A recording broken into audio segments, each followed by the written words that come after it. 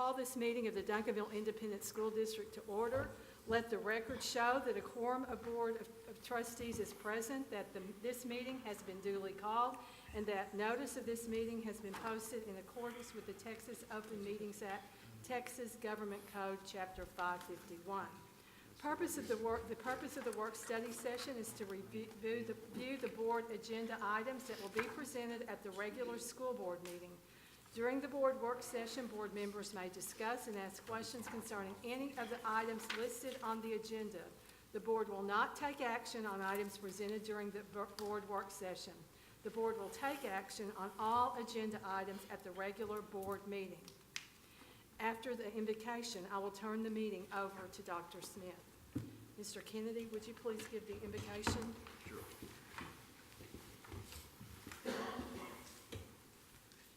Good God, we ask you just to bless this board and be with us and guide us in our decisions and help us make the decisions that are always in the best interest of the children we serve. And ask you to be with all the administrators and teachers and staff in this district and just bless them and be with them always as they do their job. We ask these things in thy name. Amen. Amen. Dr. Smith? All right, well, thank you, Madam President. Good evening, board members. Good evening, staff. We will get right into the agenda today. Just a reminder or so, just for logistic purposes, since this is we're still early in our work study session format. So just taking feedback from the board. And so tonight, we will review consent agenda items and action agenda items. Of course, that'll be our standard process for our work sessions. But we also like to produce the full board agenda for you so that you can see what is going to be on the agenda on the 27th or the regular board meeting. And then also just to keep in mind that all of the information associated with the full agenda is in your board book, in your iPads and that sort of thing. So at any point between now and the time we have the board meeting on the 27th, you can research and look at that information. If you have any questions, certainly just reach out to me and we'll get that information to you. So with that, we will start with the items that are on the consent agenda. And that will start on consent. The first item there is letter A, which is the minutes. And of course, we have some pretty comprehensive minutes for the board for your review, and if you review those and need some further detail, then of course I'll be prepared to provide that for you. The next two items, typically we have the CFO present the monthly financial reports to the board, and so I will be covering that at this month's meeting in light of where we are with transitions that are going on in the business office. And so in terms of budget amendments, that's there in your board book. If you want to follow along there on page 75 and 76, we have just one budget amendment for this month. And that budget amendment is in the amount of $9,453. And that is an increase to our revenues. And that increase comes from donations, facility rental and technology fees, with offsetting increases in budgeted expenditures for these particular items. At page what? Page 75 and 76. So on 76, you actually see the summary of the budget amendments. That's a good chart to look at. And you'll see at the top there in the third column that says proposed amendments, that 9,453. That's what I'm referencing, and for this particular month, that's the only change really on the revenue side for our budget amendments for this particular month. In the child nutrition budget, which you see there in the middle section, and in the debt service budget, which you see there in that last section, we don't have any budget amendments for this month. And just to get you oriented with this page, just remember we include this each month. And that first line, it says original budget, and that's the original budget that the board adopted back in July, or was it June 30th? June 30th, July, whatever date that was. So that's the original budget. And then throughout the course of the year, there are changes and adjustments made just based on a number of different reasons, and so you see that in the proposed amendments. Sometimes we get additional revenue like we did in this case where we got the donation, and so that positively impacts the revenue. And then the other items that you see there, if it's in parentheses, then that's of course a negative. And then, so we've made adjustments throughout the course of the budget year for various reasons. And so anytime we make adjustments, we always have to bring that to the board. And so I want to just kind of get you oriented with that. That's a lot of general administration?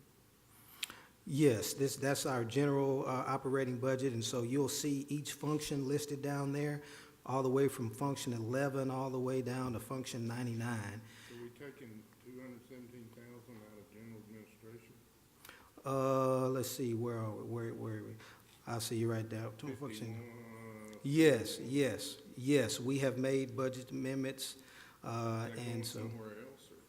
No, it's actually, it is going somewhere else. It's coming out of general administration, and I don't have the data of where that's going, but I'll research that and get that for you. Really, Yeah, just curious, I mean. yeah, absolutely. Looks That's, like most of it's going to instruction. and we mostly, Don't spend a lot of time looking for them. yeah, but I want to make sure we get the changes for you, just so that you know where they are. Typically, what happens, though, is we're changing within the various functions that you see. So we may take 217 out of general administration, and we may apply it to instruction for various reasons, because we see that we need to do That's that. all in the that's all in the Yes. budget that we've already approved. So we're just Absolutely. I understand moving it around, Yeah, just when you see that, it just catches your eye. absolutely. 'Cause That it's is a good not- point, That's though. not what I have in my checking account. So just for the other board members, that's a good point that Mr. McNeely brought out. All these moves are within the budget that we've already adopted. So this is just normal business through the course of the month, and it's all within the budget that's adopted. And so, but we'll still do some research, though, just to make sure. And so we don't have any budget amendments for the for the child nutrition debt service. The next series of items are the monthly financial reports, and that's where we just, each month, we submit to you the monthly financial reports on the revenue side so that you see what the revenue stream is coming into the district. And then we also present the reports on the expenditure side. And so we also look at each individual budget, so we break it down for you for the general fund, the new child nutrition fund, as well as the debt service fund. And so on page 77 and the next several pages after that, you'll see a series of reports. And it's broken down just as I indicated. You'll see a general fund report. That's that first page you see on 76. And the top part up there is the revenue part. The bottom part down there is the expenditure part, just to kind of get you oriented so you can see how it's broken down. And then each page thereafter highlights the child nutrition budget, the debt service budget, and the investment reports. And they're all broken down the same way, where you see what's going on, revenue at the top, and then what's going out, expenditure at the bottom. And we do this every month so that you get the monthlies. This is up through September 30th. And keeping in mind, the good thing is we're just 3 months into the budget year. And so August, September, October, so we're still very early into the budget year. So you won't see large percentages of revenue coming in yet nor going out, just because we're still very early in the budget. So on the general fund revenue, we are at 14% on the revenue side, very similar to where we were this time last year, where we were 13%. On the expenditure side, we're at 13% this year at this point in time, and very similar to where we were last year at this time, which is 14%. And then the child nutrition, you'll see very similar data points on the revenue and expenditure side. And again, it's just because we're so early in the budget year. You'll see these percentages fluctuate a lot more as we get further along in the year, because obviously we have had more transactions take place. And then the debt service percentages, where our revenues are at 1%, on the debt service side. Last year, they're at 19% this year. On the expenditure side, 24% and 38%. The other good thing to know is that, of course, all of our investments are tracking at a very similar level as to last year, and none of these budgets are taking away from our fund balance. So our fund balance is still very, very healthy considering. The next, any questions or anything you want me to look up for you there on the monthly financials? We're all good on the monthly, everybody clear? We're good on this end? Okay. Then that takes us to item D, and that is the interlocal agreement between the Purchasing Co-op of America PCA and Duncanville ISD. And so I will bring up Mrs. Andre Fields to walk you through that. And we have all the supporting information for you there as Ms. Fields comes up. We've got the contract for you. We've got details on what the Purchasing Co-op of America is. We've just got a lot of information for you. I'm going to ask Ms. Fields to walk you through it. Thank you. Thank you, Dr. Smith, and to President McNeely and board members. Again, it's my pleasure this month to ask for your approval of the agreement, interlocal agreement between Purchasing Cooperative of America and Duncanville Independent School District. You may recall in the last few months we brought to you a couple of others of these interlocal agreements between two governing bodies, including the district and the Region 3 Education Support Center, which is in Victoria, Texas. And so because of the agreement, we're asking your approval for that to be a part of this purchasing cooperative. Comes at no cost. It is free to join. Secondly, it allows our staff, our principals, departments to have greater purchasing power. And because it allows greater purchasing power, in other words, if they're looking for an item to purchase for goods or services through this cooperative, we're looking at the cost, where maybe in one cooperative, an item may be a little bit higher, and we can have more opportunity to kind of shop around. The purchasing cooperative has, and you do have the list there of all types of goods and services through the ESC there, Region 3, but it has athletic equipment, it has HVAC equipment, we can also get some professional development services, playground equipment, and so there's a multiplicity of opportunities for us to gain purchasing power by becoming a part of this cooperative, and so we're asking for your approval tonight. Are there any questions? I think you have the agreement, and it'll be, once you give us the approval on the 27th, we'll start getting signatures and everything. Questions? So, any questions or any follow-up on the interlocal agreement? Okay. We're good on this end? Okay. All right, so then that takes us to the action items. The first item we have is the audit report. I had a meeting with the auditors Thursday of last week, Wednesday or Thursday of last week. And so I reviewed the preliminary CAFR, which is our comprehensive annual financial report. And they provided for me an update on the audit. They're still in the final stages of wrapping that up this week. They will be here on the 27th to actually present the audit to the board. And they're going to produce a document that I will have a copy for each board member. So you'll each have a copy of our audit. And so I do expect to have a clean audit coming through based on my preliminary conversations with them. We just need to let them fine-tune the loose ends of it, and then we'll be ready to receive their presentation on Monday, the 27th.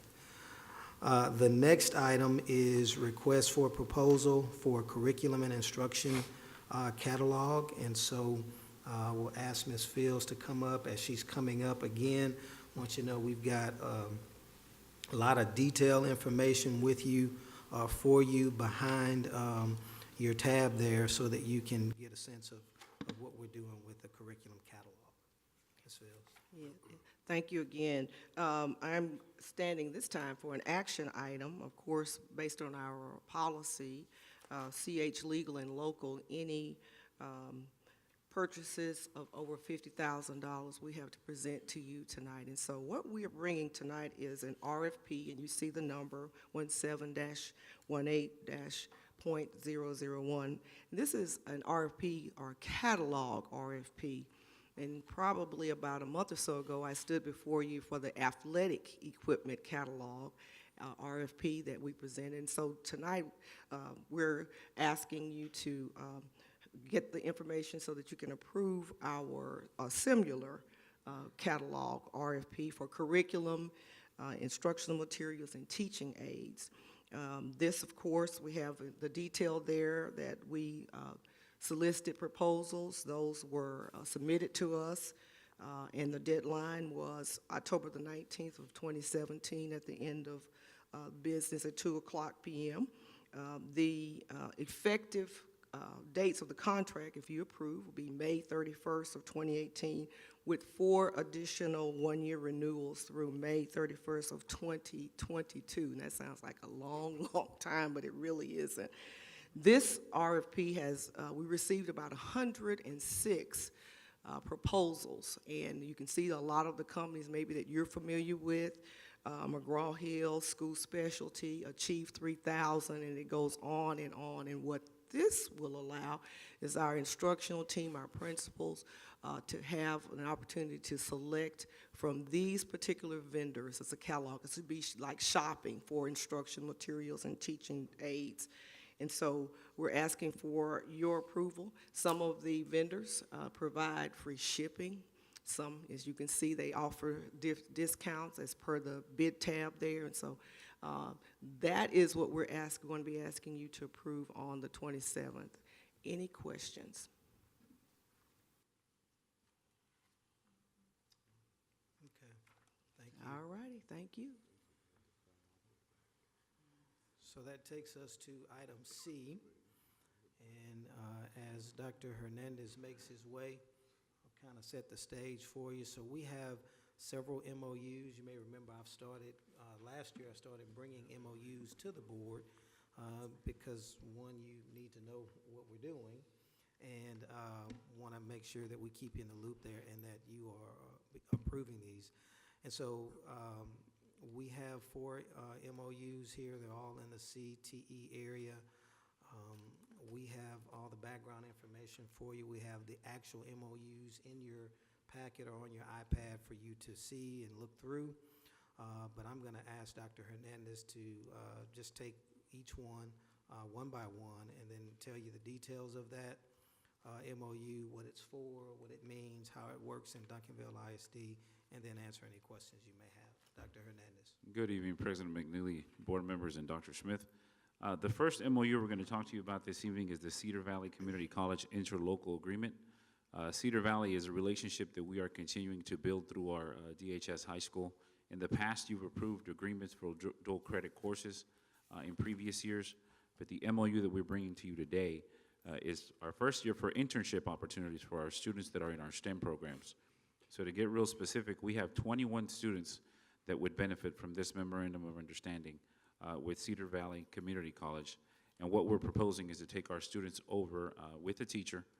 These students are the practicum of STEM students, so they're only our seniors. In fact, all 4 of the MOUs you're going to hear about are just involve seniors. It's their capstone course.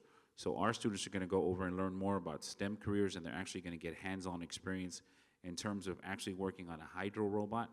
And so if you're familiar with hydroponics, so Cedar Valley has a hydro robot that actually waters their plants on their main campus. So our kids are going to actually get to do that.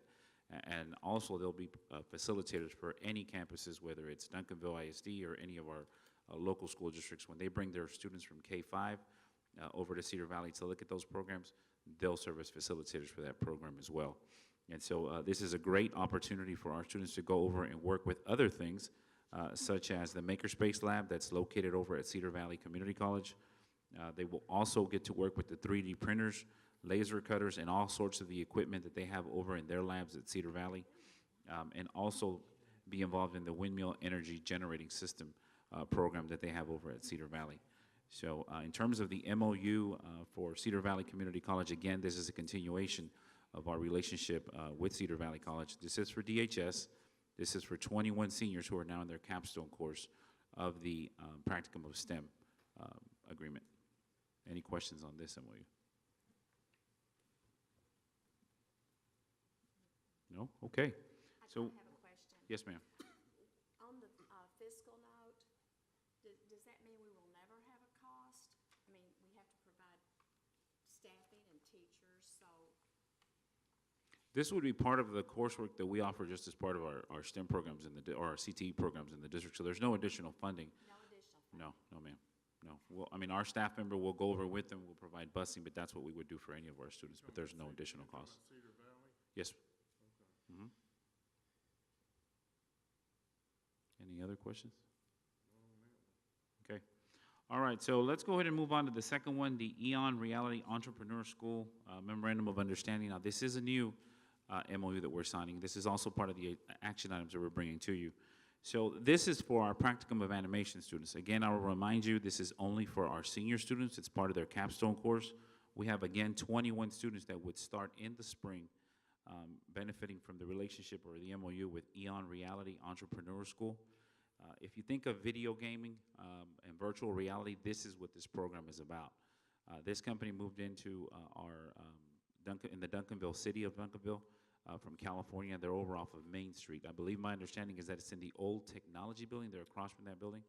And so what this does is that it provides our students with courses including coding, 3D modeling, animation, design, and development. The students are being exposed to areas such as product visualization, games creation, multimedia design, design reviews, and then, of course, for a lot of our students that are looking at getting into a lot of the video gaming that's offered within the state of Nevada, this is a great memorandum of understanding for us to have. Students will be attending on A days. They'll go over with our faculty member that goes with them on their third and fourth block, and we'll bus them over for the program. So those are the highlights of this program.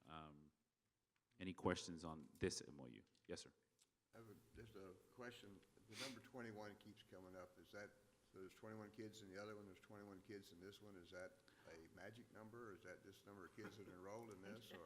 No, my understanding, that's just the number of kids that are in it. Next year, when we come back for the second MOU, you'll see a greater increase. Obviously, this is the first group that's actually made it through the high school, and that still are in this pathway. So no, it's not the same 21 kids, at least not all 21. I understand that, but these kids that, the third and fourth block, that's the last 2 blocks of that day, is that correct? Correct.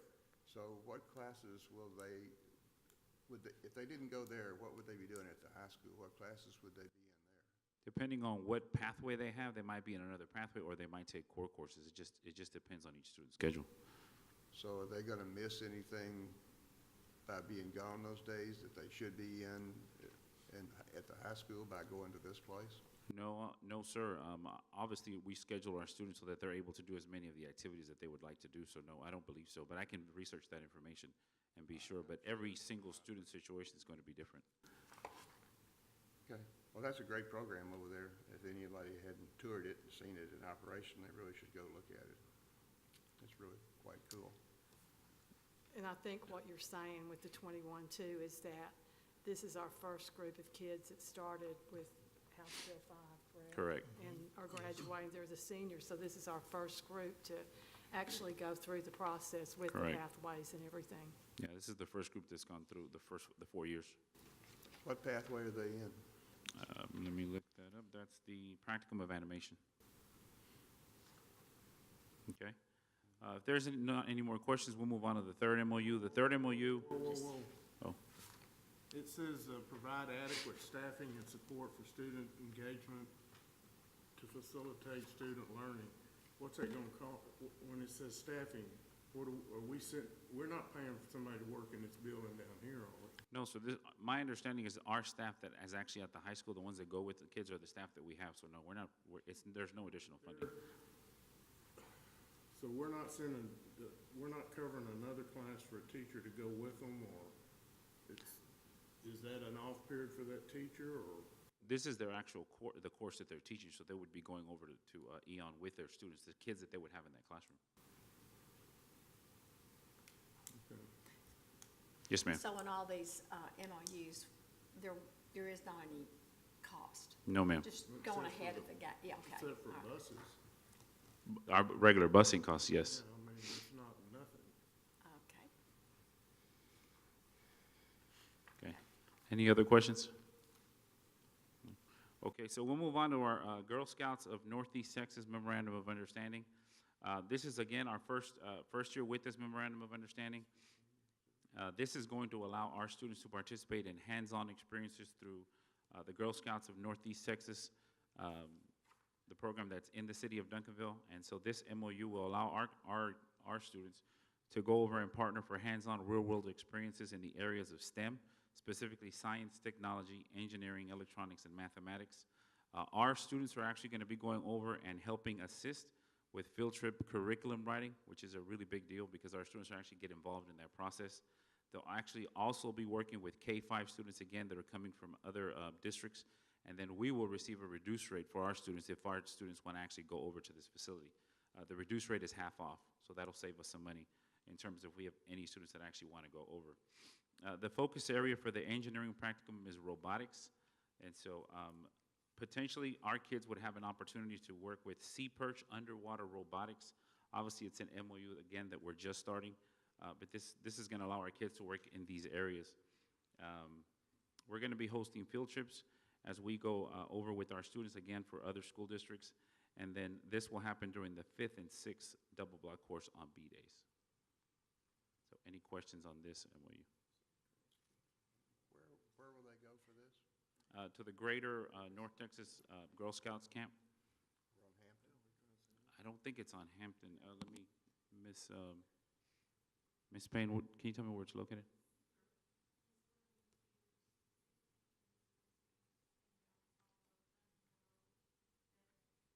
Okay. And that's Miss Payne, our Director of CTA and College and Career Readiness. I couldn't hear.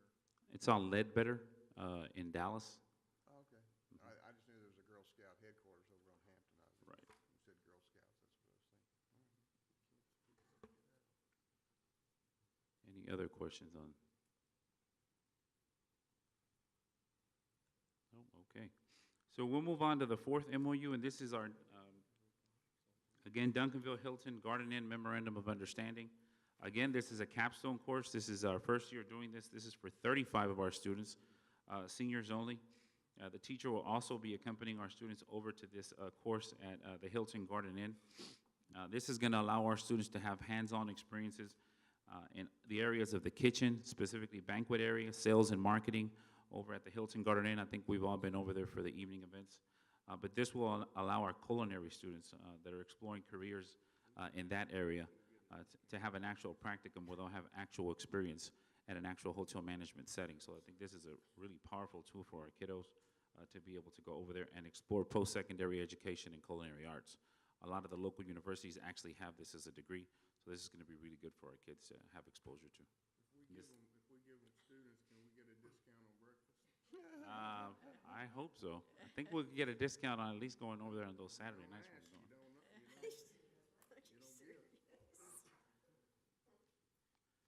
Any questions on this MOU? I'm serious. We'll make note of that, sir. There's no question, but I think it's great that we understand and know the MOUs that we're doing. It really is good for us. And again, all 4 of these MOUs are a continuation of our relationships with the entities around the district. So this is going to be a great opportunity for our students. Okay, thank you. Dr. Hernandez. Okay, that concludes the consent and action items that we'll be bringing to you on Monday, the 27th. If there are no questions, I'll turn it over to our board president, and we'll close and go into closed session. Am I gonna go over the proximity thing? No, remember, we're only reviewing consent and action items at the work session at the direction of the board. And so, we don't have to just repeat the same thing over and over. And so the information items will be presented to you all on Monday, the 27th. very good. And that was at the direction I of was the just board. excited I finally got my computer to work right now. Yeah. That's one of the Okay, we will reasons. now go into closed session.